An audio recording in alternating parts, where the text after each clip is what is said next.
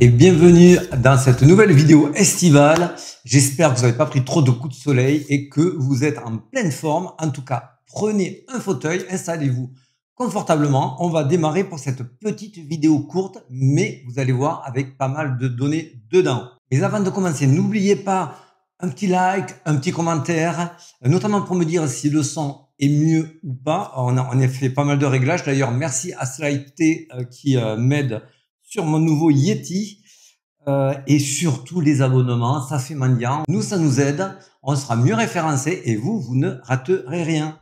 Alors, cette semaine, on va faire court mais efficace. On va voir qu'il va y avoir une data qui va être importante. Ça va être pour septembre, mais qu'on va commencer à la travailler dès à présent. On parle bien sûr de la future baisse des taux de la Fed. On va voir aussi qu'on est loin pour moi d'être dans le rouge au niveau des indicateurs. Donc, on est plus proche d'une remontada que d'un dip. Et on finira par un petit peu de court terme et un petit tips pour les traders à la fin. Allez, c'est parti. Et si vous voulez nous rejoindre sur Telegram, on cartonne. Ceux qui veulent trader, le club des tontons cartonne. On est à 67 jours sans SL. Donc, si vous voulez profiter encore du bull run, si vous voulez trader, venez, rejoignez-nous. Et si vous voulez plus d'analyse et du partage sur le chat, c'est également sur Telegram que ça se passe. Tout est en lien et dans la bio. Allez, on démarre tout de suite.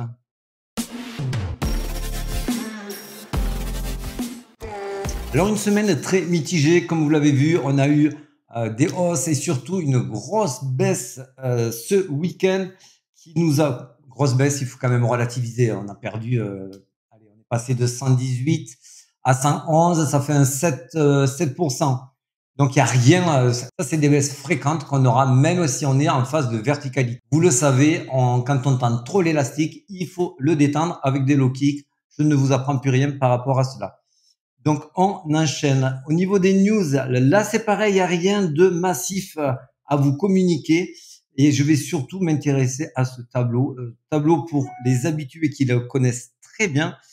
C'est le fameux CME Group, le tableau des investisseurs, price ou pas, les futures baisses des taux de la Fed. Ça peut être également aussi des hausses. Mais là, en ce qui me concerne, pour les prochains mois et trimestres, on attend des baisses. Et là, on voit que pour le 17 septembre, on a une baisse. Et là, on parle des investisseurs, on ne parle pas des gens comme vous et moi qui la price à 86%, 85,9% pour être précis. Autant vous dire qu'ils pensent qu'il n'y aura pas de surprise, que ce sera une baisse à coup sûr. Donc, n'attendez pas le 17 septembre.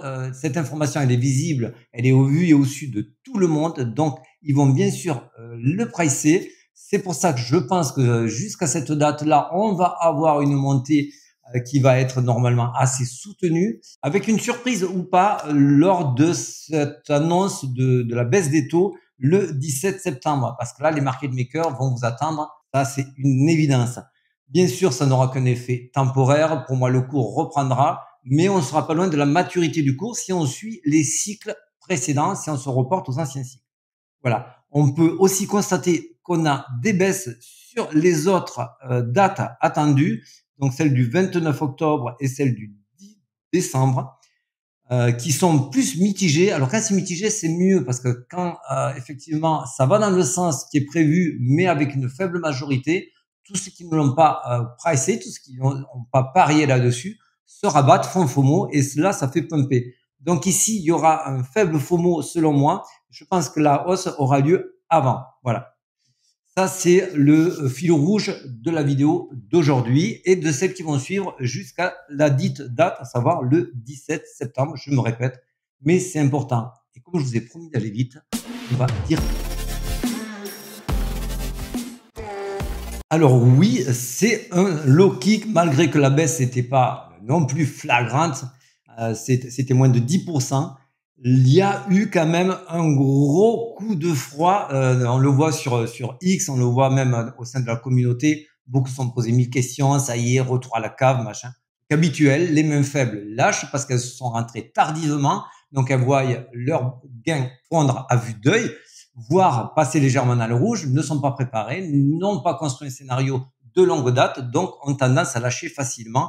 C'est à peu près ce que recherchent les market makers dans ces phases-là. Ces phases-là, on va le voir juste en suivant, mais c'est les fameuses phases en 3 temps consolidation, accumulation, on baisse avec une manipulation pour faire peur et on repart sur la phase d'expansion. Là, pourquoi aujourd'hui je vais faire court mais efficace, je vais juste repasser les datas on-chain et les indicateurs on-chain qui montrent qu'on n'est absolument pas sur un top et qu'il n'y a pas lieu de paniquer quoi qu'il se passe des jours qui suivent. D'abord, on voit bien que le FOMO est en train d'arriver. Ça, on est sur Byte Bitcoin, Google Trend. C'est aussi efficace que simple. Vous voyez, vous tapez dans Google Trend Byte Bitcoin. Et si vous voulez, puisque là, on rentre dans la saison d'Ethereum, vous tapez pareil pour Ethereum, on voit qu'il y a un intéressement encore supérieur. D'ailleurs, sur les ETF, on a eu hier des outflows, donc des sorties sur Bitcoin, mais par contre, on a eu des inflows, des entrées sur Ethereum. Donc, on voit bien quand même qu'il y a un petit roulement qui est en train de s'effectuer entre Bitcoin et Ethereum. Est-ce qu'il faut vendre ces Bitcoins? Moi, non. Bien sûr, j'ai fait un arbitrage. Autant exposé sur le Bitcoin. J'ai récupéré du stable pour m'exposer un peu sur Ether et sur les prochaines cryptos que je verrai intéressantes. Et on continue notre petit tour pour aller maintenant sur le MVRV. Alors, je vais vraiment aller vite sur les indicateurs parce qu'il y en a 5-6. Je vous invite vraiment à ce que vous fassiez vos propres recherches. S'éduquer, c'est déjà commencer à se perfectionner. Donc là, je vous parle du MVRV Z-Score. Pour simplifier, c'est une estimation du Bitcoin qui est faite. Plus on est proche de la zone verte et plus le Bitcoin est sous-évalué. Et le rouge, il est surévalué. Vous voyez qu'on est plus proche du vert. Donc, next. Ça, c'est le stock des Bitcoins sur tous les exchanges. Même lors de la grosse baisse, tout a été racheté. La grosse baisse, je redis, c'est vraiment relatif et c'est 10%, même pas. On voit qu'ils n'arrivent pas à rester plus de 2 jours sur les exchanges et Bitcoin. Donc, il y a toujours cette pression acheteuse. Continue. Là, on est sur le RHODL, donc le ratio hodl. C'est que les long-term holders sont en surchauffe et prêts à vendre et l'inverse quand c'est proche du vert. Continue. Là, on est sur le PUL multiple. Donc là, c'est une data qui est recoupée avec les mineurs, leurs gains et le hash rate. Donc là, on voit également qu'on est encore plus proche du vert que du rouge. Je continue. Là, on est sur le PI cycle. Beaucoup s'en servent. Moi également, mais j'aime bien le recouper avec d'autres. Donc le PI cycle, à chaque fois que vous avez la ligne orange qui crosse la ligne verte par le nord, on arrive sur un top saisonnier, un top de cycle. On l'a eu à chaque fois. Vous voyez ici, vous avez les lignes verticales en pointillé orange. Ici, ça crosse. Ici, ça crosse. Et ici, ça crosse également. Et à chaque fois, vous voyez, on était sur des pics saisonniers. Donc oui, il paraît fiable. Et aujourd'hui, on est absolument loin de ce cross. Ce cross, d'ailleurs, il nous le donne dans les 400 000. Alors attention, ça peut évoluer à la baisse ou à la hausse. Vous le savez, chez les tontons, on vous donne pas de target. C'est un piège de se donner une target parce que si vous y arrivez trop tôt, vous vendez trop tôt. Si vous n'y arrivez pas, vous allez l'espérer et vous allez attendre trop tard sans jamais y arriver. Il faut vous donner vraiment plutôt une target de temps et surtout vos indicateurs. Si vous en avez pas, eh bien vous nous suivez, c'est simple. C'est tout, c'est comme ça, c'est facile. Le UTXO, alors lui, il est un petit peu plus touchy à connaître. Grosso modo, lui, quand vous faites une transaction, vous avez un reliquat sur cette transaction et en général, ces reliquats-là, quand ils sont pas utilisés, ça veut dire qu'il n'y a pas une pression vendeuse. Quand ils sont utilisés, il y a une pression vendeuse sur ces reliquats-là. On voit que ces reliquats-là, c'est absolument pas le cas. C'est toujours en train de monter. Donc, tant que ça monte, c'est bon signe pour nous. Retenez cela. Sinon, pour les perfectionnistes et les jusque-boutistes, c'est UTXO Count. Vous pouvez faire votre recherche également là-dessus. Glassnode, là, on voit deux choses. On voit effectivement qu'on est sur une zone d'accumulation. Hein. Donc là, on est sur du bleu foncé partout. Ça accumule et c'est très bien. Donc, ça prouve un petit peu la phase dans laquelle on est en train de sortir, la phase de consolidation-accumulation. Donc, attention, ça, il y a toujours quelques jours de latence sur les datas de Glassnode. Ils nous ont montré aussi plus bas, c'est assez intéressant. Je vous en avais parlé la semaine dernière. Je vous avais dit ici, les 117 000 étaient assez bien rachetés. Parce que si ça cassait pas, ça pouvait vraiment nous faire pumper direct là où on attend partir en phase E.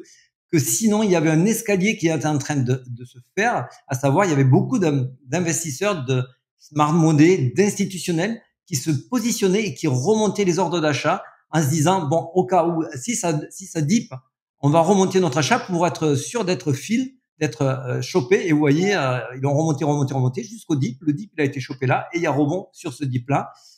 Il remonte encore au-dessus. Donc, j'ai tendance à croire Glassnode. Ça veut dire qu'il ne pourrait ne pas y avoir de plus bas que celui qu'on a eu à 119 800. Très bien, c'est à peu près notre scénario. Et là, comme je vous ai promis de faire vite, on va passer les Wyckoff. Ça, on y reviendra quand on repartira en phase d'expansion. Pour l'instant, on va continuer sur ce que je vous ai raconté. Là, je vais vous présenter les mini-cycles qu'on va revoir régulièrement lors de la phase d'ascension qui se situe entre le top du Bitcoin et la phase de réaccumulation qu'on a eu première moitié de l'année. C'est des cycles rituels à chaque fois. Il y a des accumulations qui sont faites. On fait une manipulation vers le sud pour faire peur, pour sortir les gros leviers comme d'habitude, puis repartir en phase d'expansion. Donc, vous avez 1, consolidation, accumulation, 2, manipulation, 3, expansion. Ça ressemble à des mini Wyckoff accumulation. Notez-vous-le, ce schéma-là revient très classiquement. C'est pour ça aussi que je m'étais fait un petit peu avoir la semaine dernière quand je vous avais dit, bon, mais ça peut partir maintenant parce qu'on avait eu ce spring-là qui pouvait s'apparenter à cette fameuse manipulation. Mais en fait, on voyait que les longues étaient revenues très fortement quand on était reparti à la hausse. Et le marché a dit, non, on va remettre un petit coup de low kick, on va un petit peu détendre l'élastique. Vous êtes un peu trop bullish pour moi. Donc, il y a eu effectivement un low kick plus puissant. D'ailleurs, on est très fiers puisque dans Telegram, quand on a commencé à diviser, on était dans les 116 000, 116 000, 117 000.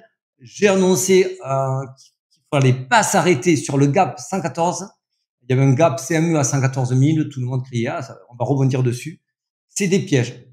Ça, faut le savoir, c'est des pièges. Soit on va au-dessus pour ne jamais y aller, soit on va en dessous. Généralement, on y va parce que toutes les positions et les fair value gap comme ça sont revisitées court terme très souvent. Mais si on y allait, c'est ce que j'expliquais dans le Telegram, c'était certainement pour aller plus bas, donc pour rect ceux qui pensaient qu'il allait y avoir ce rebond-là, mais ne pas aller trop bas non plus, parce que sinon on allait récupérer tous ceux qui attendent ici, dans cette zone-là, qui se situe 108 000 et 110 000.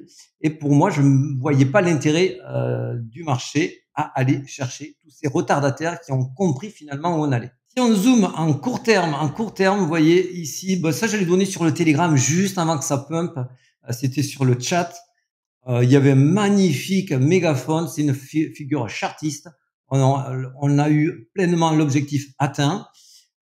Et donc court terme, je m'attends à ce qu'on ait quand même un W qui s'effectue et qu'on parte vers le nord sur ce W-là. Il y a 2 cas de figure possibles et je vous énumère le second aussi. Le second cas de figure peut être un triangle de compression comme celui-ci.